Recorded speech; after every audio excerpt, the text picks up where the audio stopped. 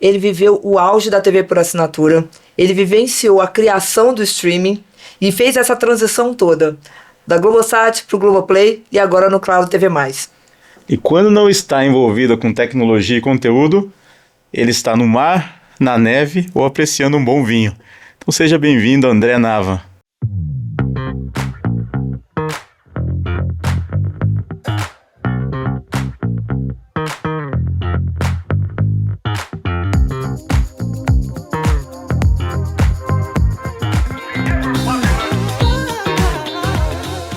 Nava, antes de falar de streaming, surf, kite, snowboard, qual que é a sua energia hoje? Cara, a energia vem de um equilíbrio dessas coisas, tá? É muito boa essa pergunta, assim. Eu fico em São Paulo durante a semana, trabalhando, segunda a sexta-feira, e afundado nessa questão do streaming, do business, que no final das contas é muito prazeroso. Imagina, trabalhar com conteúdo é uma coisa que é difícil até falar, explicar para quem não é do meio. É o conteúdo, é a série que você gosta, é o conteúdo que te emociona, é o prazer que você consegue dar para o usuário daquele momento, uma transmissão. Então, não tem como você mergulhar de cabeça e viver o conteúdo, o streaming, essa distribuição durante a semana. Esse é o negócio. Final de semana, você passa a ser um usuário desse conteúdo. Você passa a consumi-lo. Não que você não consuma dia de semana também, mas você tem menos tempo. E final de semana você consome... você muda ali o teu lado do balcão e passa a ser um consumidor. E você usa o seu produto e você acessa os conteúdos e você vê, tangibiliza perfeitamente o seu trabalho. Mas eu tinha falado antes que é o equilíbrio, voltando aqui o gancho da sua pergunta. Então, no final de semana, além da questão do conteúdo com caráter de diversão, uma praia, pegar uma onda, quando não tem onda, fazer um stand-up paddle, dar uma desopilada ali daquela loucura é fundamental. Então, a palavra-chave aqui no final das contas é o equilíbrio. É equilibrar tanto a questão do streaming, porque tem um lado do trabalho muito sério, muito dedicado, e tem o lado do consumidor, do cliente que consome e se diverte com aquele conteúdo, e você tem que desligar disso tudo em algum momento e viver mais o esporte, a natureza, a família, esse tipo de coisa. E o vinho também, né? Opa, e o vinho também. O vinho é o que amarra tudo isso. Exatamente. O vinho entra, na sua opinião, ele entra como num momento de reflexão, refletindo sobre o mercado, num momento de diversão, onde você está ali com a sua família, que você está ali descansando, ou você pensa no vinho de alguma outra forma? Não, o vinho entra em todos esses momentos. Eu tenho uma história muito boa da faculdade, que era o meu professor de controle de servomecanismo. Eu fiz engenharia, né? Então, o professor de controle de servomecanismos, ele contava que durante o mestrado dele, ele chegava em algumas situações que ele não sabia como resolver, e ele só conseguia resolver depois de um bom vinho.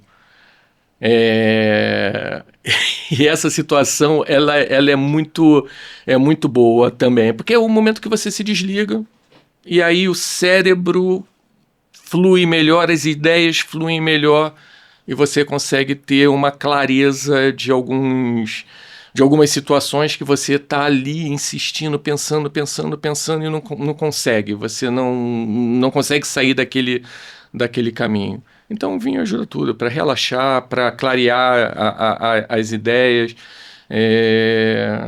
Um vinhozinho à noite com a esposa é muito bom, com os amigos, então... Pronto, já deu aqui a nossa deixa, e é por isso que a gente grava nossos podcasts com vinho, que faz todo sentido, pra relaxar, pra ter a clareza nas ideias, né? E o vinho é uma boa, né? O vinho é uma boa parte para você refletir, porque tem gente que anda, tem gente que toma café e a gente toma vinho. Exatamente. É E bem gente que fica diferente. com inveja do nosso podcast porque a gente tá bebendo vinho e não tá bebendo água. Ô, Nava, me diz uma coisa, você tem uma formação técnica. Sim. E hoje você fez uma transição muito bem sucedida para a área de negócio, para uma liderança de produtos. Como é que foi um pouquinho... Conta pra gente como é que foi essa transição. Ela acabou sendo muito natural desde o início, tá? Porque, sem querer entregar a idade, lá nos primórdios da internet, a gente fazia de tudo um pouco.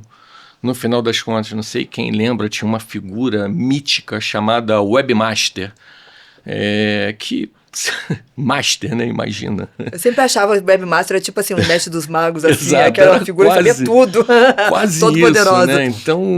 Então você tinha que atuar ali em todas as frentes, né?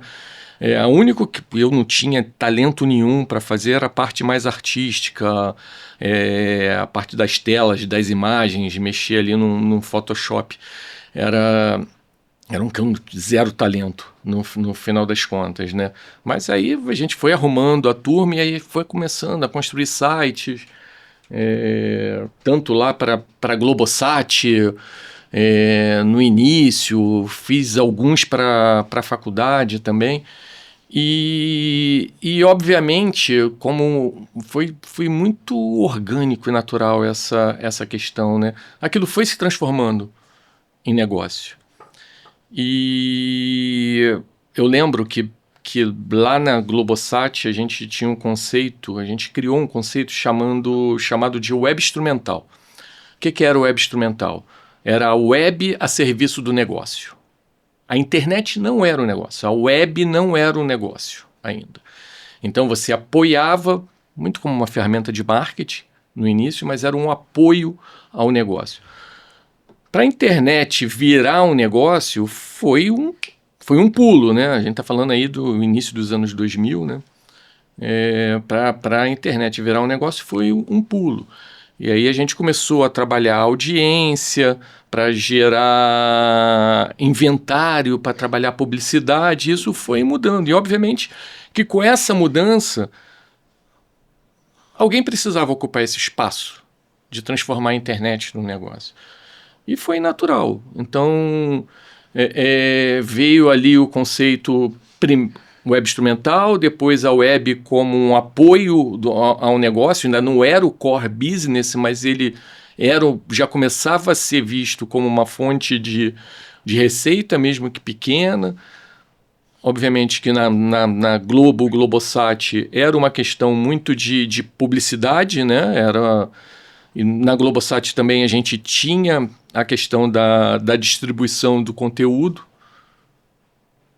Foi se criado um pouco depois o conceito de TV Everywhere, que obviamente caiu como uma luva na lógica da Globosat, da distribuição de conteúdo. Era um serviço, eram canais de TV paga, então era um serviço de valor agregado ali em cima do conteúdo que o usuário assinava para assistir. Ele poderia assistir em multiplataforma, no celular, na TV conectada, na web.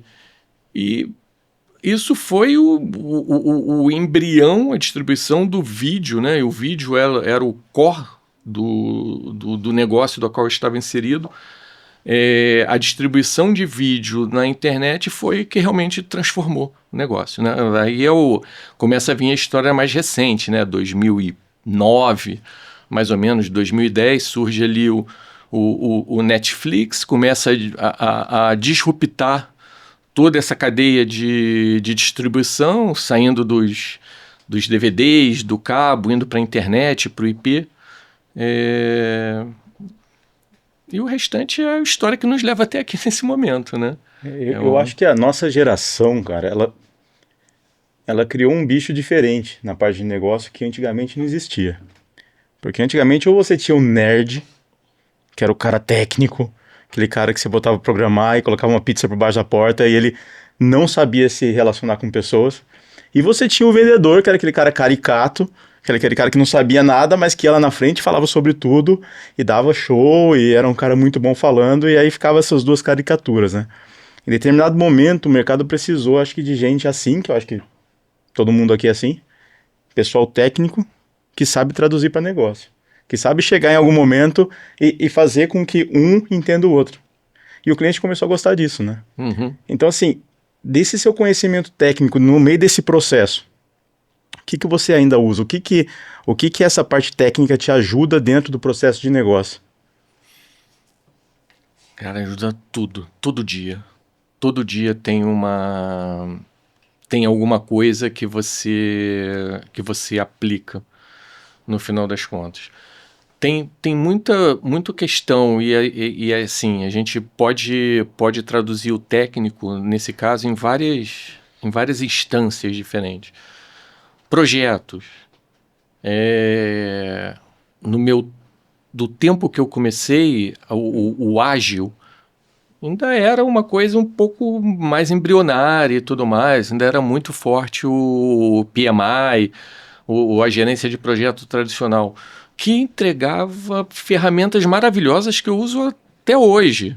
Ferramentas do PMI eu utilizo várias até hoje. E aí, obviamente, veio a agilidade depois. Então, conceitos de projetos, isso você traz lá do tempo de faculdade e tudo mais. Os termos mais técnicos, no final das contas, que você precisa ter essa sopa de letrinha que a tecnologia de internet nos traz, né? DRM, CDN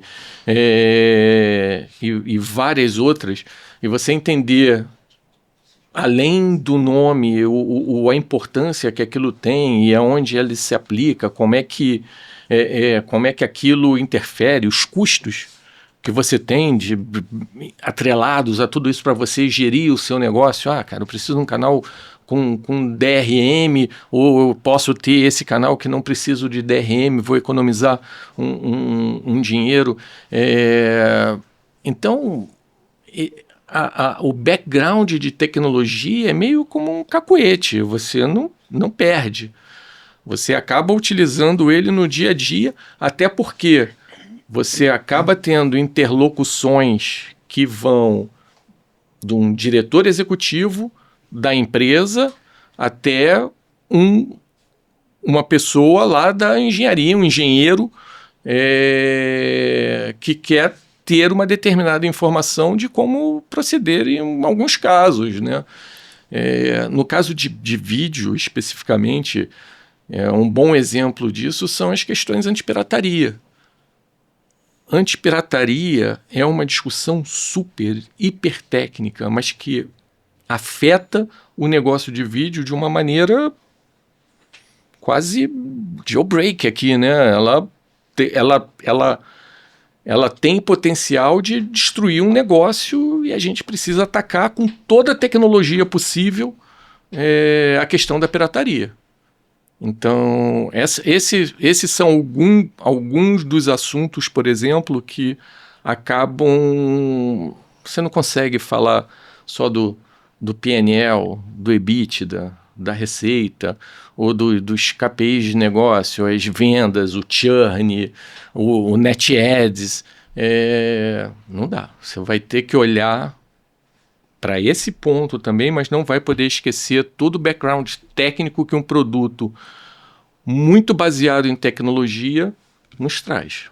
Eu acho super legal e importante, até porque, por exemplo, você vê indústrias como cripto, como blockchain, que hoje falta isso. Você vê o pessoal hoje, por que isso não virou ainda mainstream? Por que as pessoas hoje não usam cripto, todo mundo? Por que as pessoas não vão blockchain? Porque as pessoas não entendem tudo que esse pessoal fala, porque cada um fala uma linguagem diferente. Você acha que no seu caso, essa parte técnica, esse background técnico, em algum momento atrapalhou a parte de negócio ou não? Eu não diria atrapalhar, mas eu também não diria que não afeta em nada. A tecnologia por trás de um produto como esse é complexa, não é trivial. E pode gerar alguma... Como é que eu vou dizer? Algum desconforto em pessoas que não estão acostumadas com essa complexidade.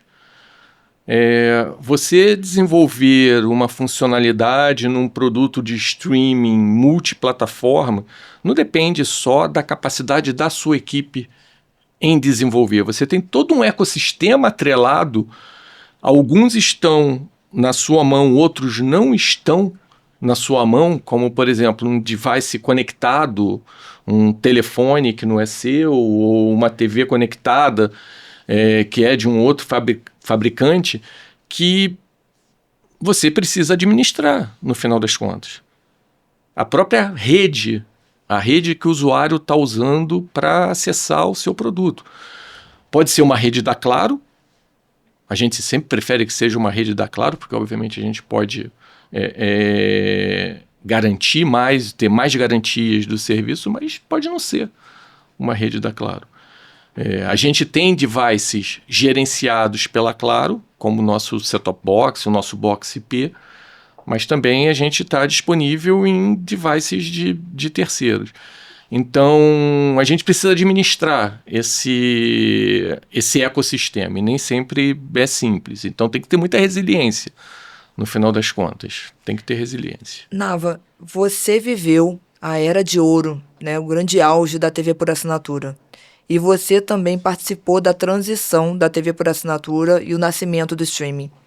Tem alguma memória que você tenha nessa época? Alguma cultura, algum paradigma que foi quebrado? Alguma coisa, alguma lembrança que você tenha dessa época que mudou totalmente a sua visão do que você tinha do negócio?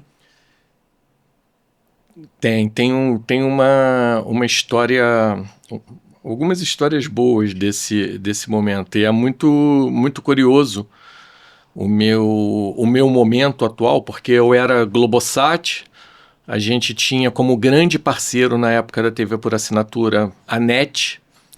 E hoje eu estou na Claro, que comprou a NET. Obviamente as pessoas que estavam na NET naquele tempo, elas estão na Claro hoje.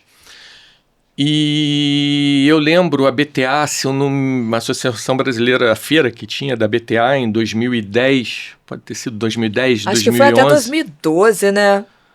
Não é? Você não lembra? 2011. A gente sempre fala da BTA, que a gente 2011, fala... 2011. Tinha a BTA... Isso, tinha a feira maravilhosa. Era uma feira maravilhosa. Muito grande. E mandar um abraço também para o Oscar, da BTA. Então, 2010, 2011, a gente estava lançando o Globosat Play, era o serviço de TV Everywhere. Aquele stand gigantesco que a Globosat tinha na feira, então, lembra? Era um stand... Eu ia sempre lá para roubar comidinha.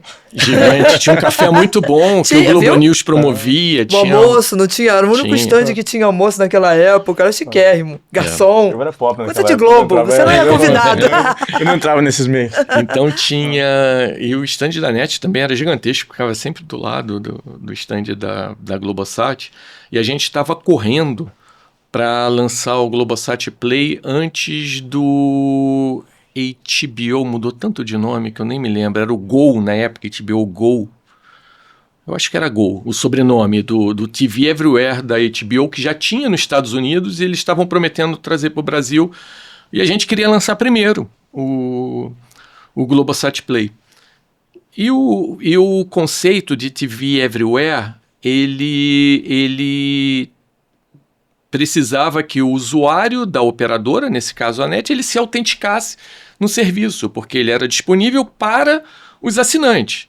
Não era um serviço aberto, não era um serviço... Então eu tinha que identificar os assinantes da NET. E a gente estava numa negociação da NET, porque a NET também queria lançar o Now Online, que era o produto deles, já estavam ali correndo para lançar o Now Online, e a gente conseguiu fazer esse acordo e lançar nessa BTA, não me lembro se foi 2010 ou 2011. Tá? Então a gente estava lá assinando os acordos para lançar o Globosat Play como TV Everywhere dos canais Globosat para as operadoras. A NET era o grande parceiro, porque a gente estava conseguindo autenticar a base da NET, não conseguiu fechar com a Sky naquele momento, então era exclusivo para assinantes da NET. Então essa memória é muito, muito forte para mim, porque a gente conseguiu lançar antes da HBO Go. Então o Globosat Play foi o primeiro serviço de TV Everywhere aqui no Brasil, autenticado pela base de assinantes, um serviço ali realmente tangível para esses clientes da TV por assinatura. Então foi super inovador no final das contas, né? Então esse ponto ele acabou que me marcou muito dentro dessa transição da TV por assinatura tradicional, né? Aquele serviço a cabo e tudo mais, e a gente começou a agregar um serviço de IP multiplataforma, isso lá nos idos de 2010, 2011. Pouco depois disso, o Netflix também foi lançado no Brasil, mais ou menos na mesma época, não me lembro se foi antes ou depois, porque a gente não estava nem mirando nesse momento a Netflix.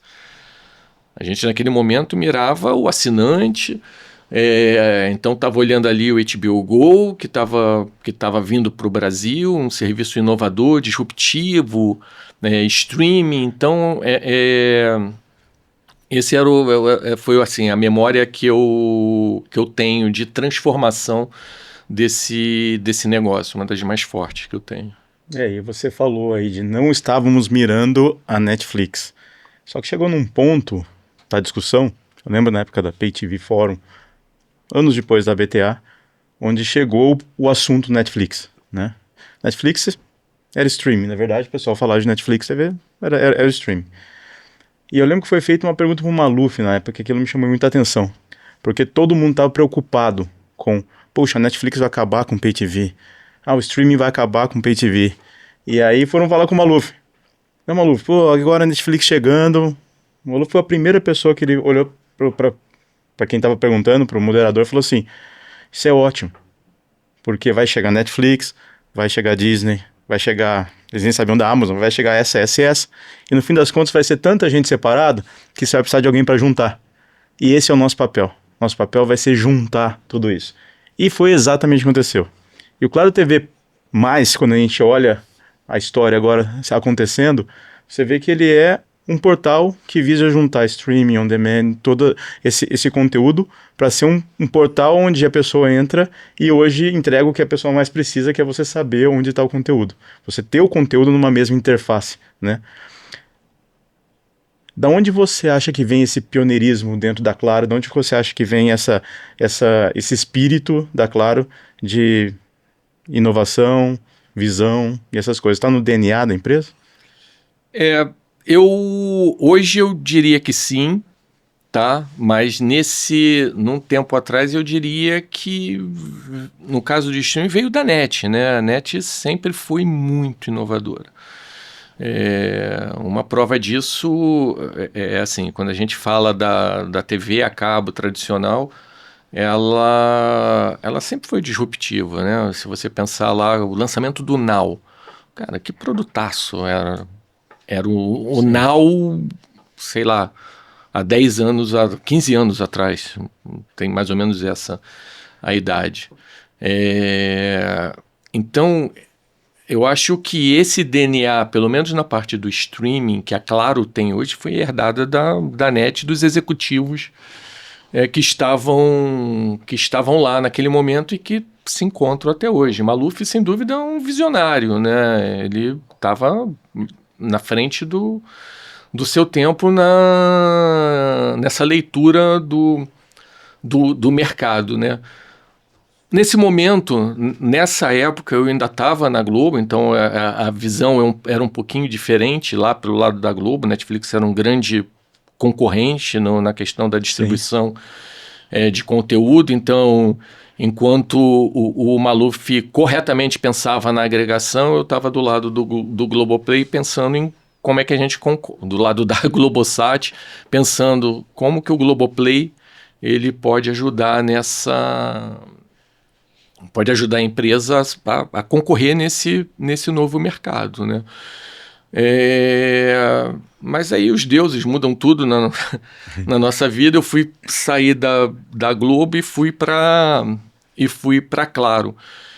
E, obviamente, essa estratégia que já estava começando a ser montada do lado da Claro, do agregação de conteúdo, ela fazia todo sentido do mundo. Eu acho que tem poucas empresas no mundo tão capazes de entregar esse serviço como a Claro entrega, no final das contas, com o Claro TV+, tá? Então, hoje a gente tem a evolução do lado da Claro, da parte dos devices gerenciados, aquele antigo set-top box a cabo, ele mudou para um box IP.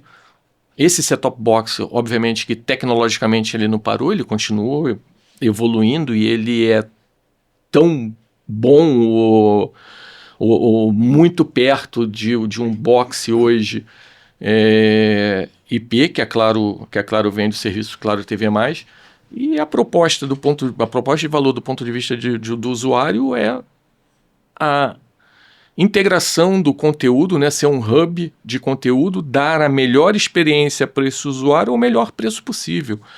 Então a gente não só conseguiu empacotar hoje os 6 maiores streamings do mercado, como a gente oferece isso um preço que é 50% mais barato se você for comprar os streamings separadamente. Então a oferta é muito boa e a experiência melhor ainda, porque você consegue hoje fazer uma busca integrada, você tem uma recomendação de conteúdos integrado, canais lineares, VODs dentro da plataforma e conteúdo dos streamings. A gente tem uma caixa que tem controle de voz Alexa. Então, é um produto muito completo por um preço excepcional. Sem dúvida, muito feliz pelo que a gente conseguiu criar lá dentro e, assim, partindo de uma visão ali de Alessandro Maluf. E Nava, deve ser um grande desafio, né? Você ter que pensar em estratégia para uma plataforma que fala com tantos tipos diferentes de audiência. Desde aquela pessoa, tipo, fico fazendo a brincadeira que a gente fazia na época da Globo, a minha avó, né, que liga a televisão para ver a Globo ainda, o Jornal Nacional, que vê simplesmente aqueles programas que ela sempre viu, a novela e etc. Até aquele pessoal, essa geração Z, que quer ver conteúdos mais curtos, que quer ver conteúdo somente pelo celular. Como é que é o desafio de poder de trabalhar a estratégia e atender e satisfazer um público totalmente diferente, que é o público do Claro TV+.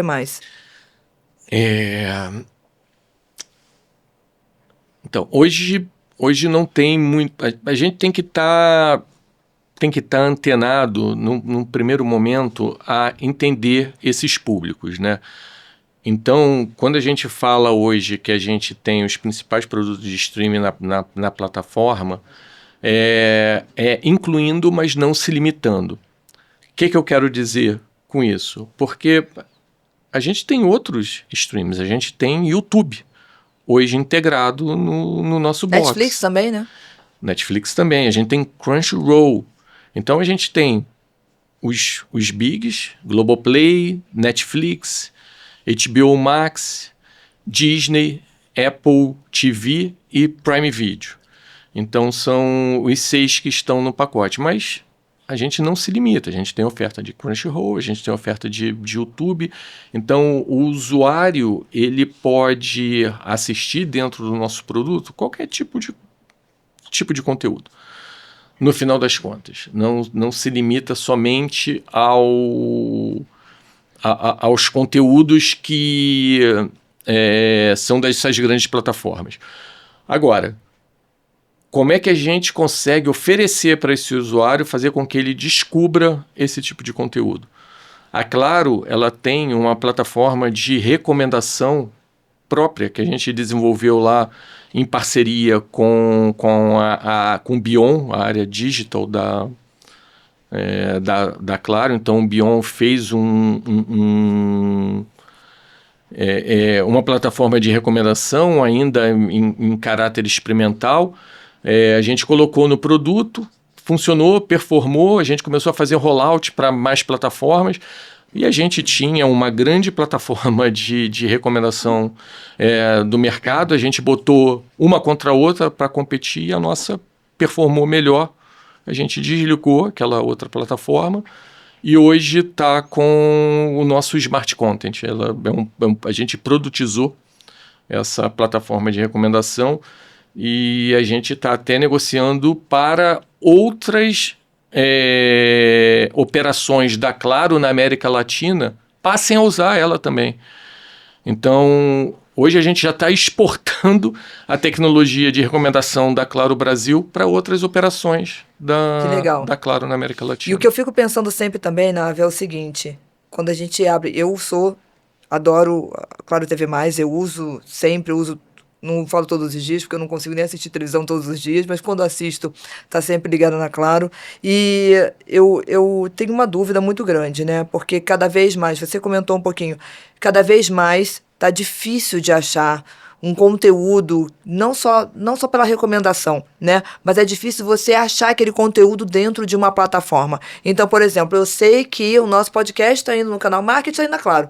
Como eu encontro o canal Market? Ele está no linear? Então, vocês estão pensando em algum mecanismo para facilitar a vida do usuário? Ou a gente fica lá na busca procurando pelo... Não, então, ótima pergunta também. A turma do futebol vai entender o que eu estou falando. Onde que o jogo do meu time vai passar nessa rodada? Porque os direitos do futebol, principalmente, se fragmentaram muito, no final das contas. Então, são muitos players no mercado adquirindo direitos específicos, jogos por rodada ou campeonatos específicos, e esse direito ele ficou muito fragmentado.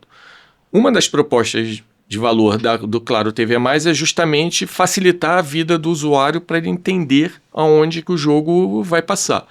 Então, a gente tem trilhos específicos de futebol, multiplataforma, no final das contas, que não identificam não só a plataforma onde o jogo vai passar, mas no caso de estar na própria Claro TV+, em qual canal vai passar. Então eu tenho jogos que passam no Sport TV, jogos que passam no Premiere, jogos que passam em canais abertos, Globo, Record,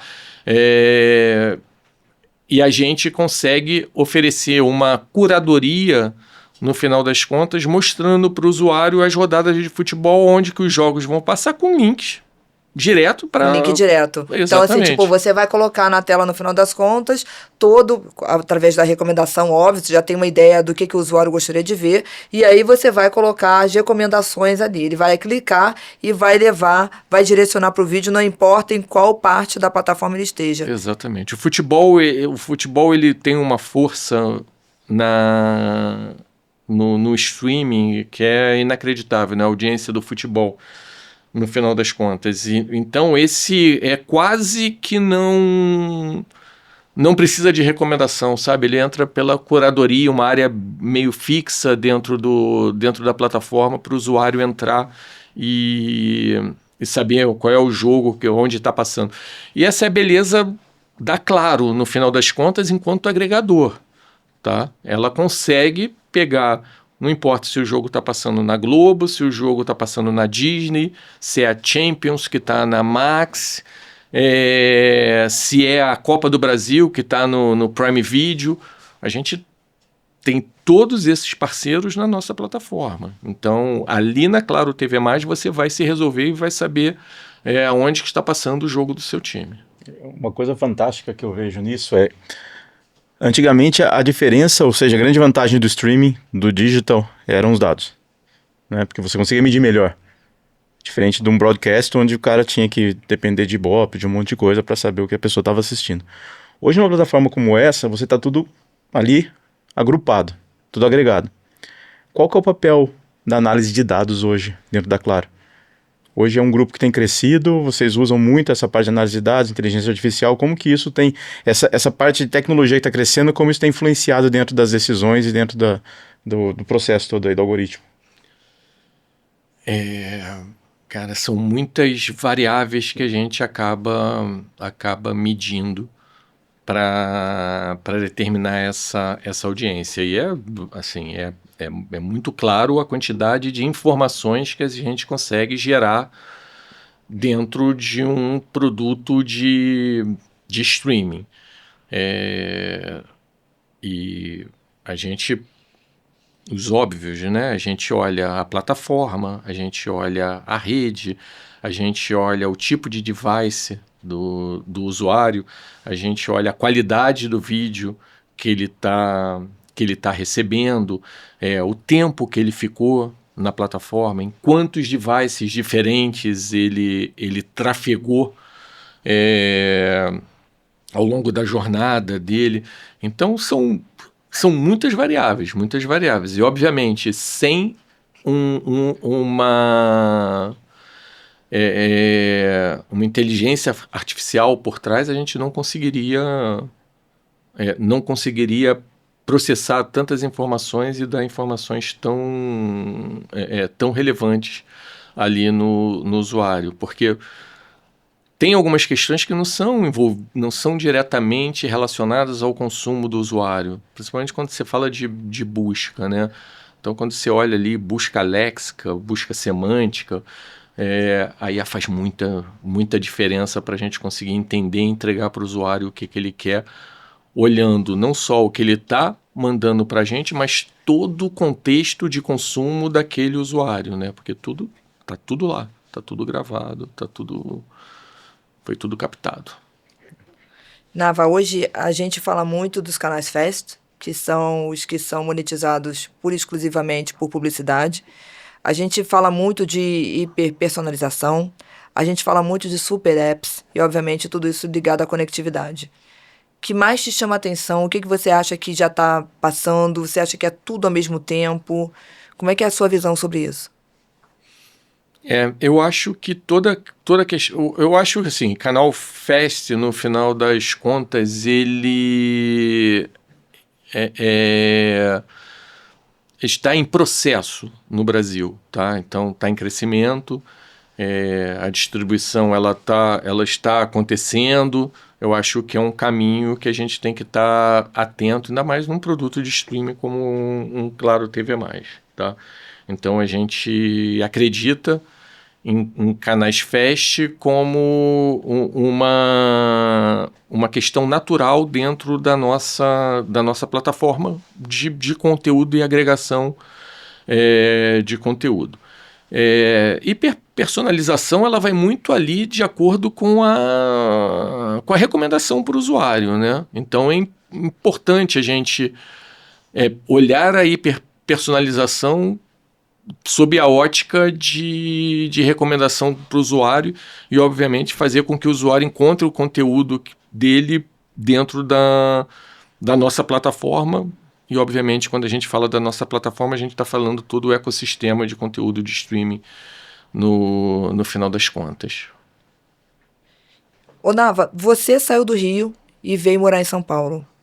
Você sentiu muita diferença entre as duas cidades? Era um movimento que você já costumava fazer? Você já costumava vir toda semana? Como é que foi essa transição para você? Não, foi muito tranquila, tá? No final das contas, porque eu já vinha muito para São Paulo a trabalho, em tempo de Globo, conhecia bem a cidade, sempre gostei muito da cidade. Então foi uma mudança bem tranquila no final das contas. Me adaptei muito bem em São Paulo. Nada a reclamar hoje, muito pelo contrário. Curto muito a cidade. E o que você aprendeu de liderança, assim, imaginando nos dois sentidos? Porque assim, eu era o contrário, né? Eu era de São Paulo, fui para o Rio. E existe uma diferença muito grande entre a vida profissional de São Paulo com a vida profissional do Rio. Mas o Rio é mais legal. Eu acho mais legal. Eu acho mais legal também. Mas o melhor também. tudo é trabalhar em São Paulo, ganhar dinheiro em São Paulo, aproveitar São Paulo dia de semana e aproveitar o Rio no final de semana. O que você tira de melhor dos dois? Eu acho que você tem mais interação aqui em São Paulo com o mercado, né? Esse, para mim, é o principal. Não é assim. Alguns poderiam chamar de networking, mas é mais do que networking, né? Então, a interação com outras empresas do seu mercado, ela é muito mais forte em São Paulo. No Rio de Janeiro, no final das contas, você tem interação, mas a maioria delas acontecia quando algum fornecedor ia no Rio, algum parceiro ia no Rio. Por isso, até no tempo que eu trabalhava no Rio, eu vinha tanto para São Paulo, no final das contas. Agora não, eu estou em São Paulo. Então, praticamente toda semana, até mais vezes por semana, você consegue ter essa interação com o mercado, você consegue ter essa troca. Então, é uma vida que minimamente é mais intensa, no final das contas, né? Você consegue produzir mais, pensar mais, ter mais ideias, porque você está trocando com mais vezes aqui em São Paulo. Isso eu acho que é bem diferente do Rio e é uma parte que eu gosto. Agora, o Rio é maravilhoso, né? Também, você... Quem conhece saberá o que eu estou dizendo, né? Eu moro na Barra e trabalhava no Jardim Botânico, e aí eu pegava ali a ponte do Joá, passava ali pelo Joá, olhando o sol nascendo, o mar calminho, lindo, super azul. É maravilhoso, é um visual que, assim, de cinema, né? Que Desestressa um pouco, né? desestressa Você totalmente. passa ali no final de Total. semana, todo o estresse do dia de semana, da semana inteira de trabalho, de morar em São Paulo. Você nem liga pro trânsito no final das Não, contas. é isso. Eu tenho o hábito hoje, eu acho que como fiquei em São Paulo há muito tempo, hoje eu tenho o hábito de todo dia caminhar do lado da praia, porque eu acho que eu tô tentando tirar o atraso, né? De olhar pro mar. E, cara, é uma coisa que eu nem gostava tanto, olhar pro mar. Agora, morando ali, você tem essa possibilidade, esse privilégio, né? De o tempo todo tá fácil ali e tendo Exatamente. esse relacionamento. E uma também. coisa que eu tentei não, eu consegui fazer aqui em São Paulo, até para fugir. Todo mundo fala, o trânsito em São Paulo é estresse, não sei o que, é muito tempo, é marginal. Eu moro relativamente perto, lá da Claro, e vou trabalhar de bicicleta elétrica. Legal. Eu só ando ali, vou para academia de bicicleta elétrica, vou para o trabalho de bicicleta Conseguiu trazer um elétrica. pouquinho da cultura do Rio Exatamente. para cá, para São Paulo. É o ideal, né? É. Nava, vamos falar um pouquinho mais do André Nava fora do trabalho, né? Você falou pra gente que você gosta de kite, você gosta de snow. São poucos os pontos de kite aqui do Brasil, né? E snow não tem nenhum. Você costuma viajar pra fora pra praticar esses esportes? É uma coisa que você gosta, mas você gostaria de estar praticando mais porque você não tem tanto tempo pra viajar. Não, kite tem bastante no Brasil. Mas no Rio, lá no No final Rio lá na tem, Barra, no de vez em PP quando. ali, tem alguns kite points muito legais. Eu aprendi a andar de kite num paraíso do kite, que é Arubinha, né, na Lagoa de Araruama, um lugar maravilhoso, super deserto. Então ali era a Disneylândia do kite no Rio de Janeiro, porque além de ventar muito, é um lugar sensacional. Então, no Rio, o Rio é bem servido, no final das contas, assim, de kite. Óbvio que não é igual Nordeste, Ceará e tudo mais, que ali realmente é um outro nível, mas tem muito point bom de kite. E snowboard não tem no Brasil, mas eu tive a chance, né? Meu irmão mora fora e foi meu irmão que me apresentou o snowboard. Mora na Califórnia, então sempre quando eu posso vou lá para casa dele. E aí a gente vai para Big Bear, Lake Tahoe, Mammoth. Então tem umas montanhas ali na Califórnia. Powder. Consegue Powder, fazer snow em powder, que você não tem na exatamente. América Latina, praticamente. Não tem, é mais difícil. Mas aqui eu já fui para Ushuaia uma vez, era Era bom lá também, Cerro Castor. Foi bem legal também para fazer snowboard, né? Então tive, assim, o snowboard no final entrou na minha vida por causa do meu irmão. Meu irmão foi estudar fora, não ficou, não voltou mais, se estabeleceu lá em Los Angeles. Então eu tive essa facilidade no final das contas, né? E aí conheci o snowboard e também fiquei apaixonado. Beleza, cara, agora um ping-pong rápido aqui pra gente encerrar. Infelizmente, por causa do Tem tempo, né? Infelizmente tem tempo, a conversa tá uma delícia.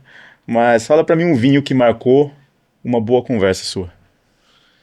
Um vinho que marcou uma boa conversa minha. Isso. Poxa, cara, foram muitas. Deixa eu tentar escolher um aqui. Teve um evento, a gente estava comemorando o aniversário de casamento, meio fora de hora, e eu tinha comprado já tinha passado, né? Então eu estava devendo a gente não pôde viajar, eu e minha esposa, então a gente saiu para jantar e eu tinha um vinho, um Nicolas Zapata, que o nome do meu filho é Nicolas, né? Então eu tinha comprado em homenagem a ele. E aí a gente abriu essa garrafa e tomou, e foi muito legal. No final das contas, o jantar, o vinho, foi maravilhoso. Então eu acho que acho que esse é a melhor lembrança que E um lugar para você recarregar suas energias. Lugar para eu recarregar as energias. Olha,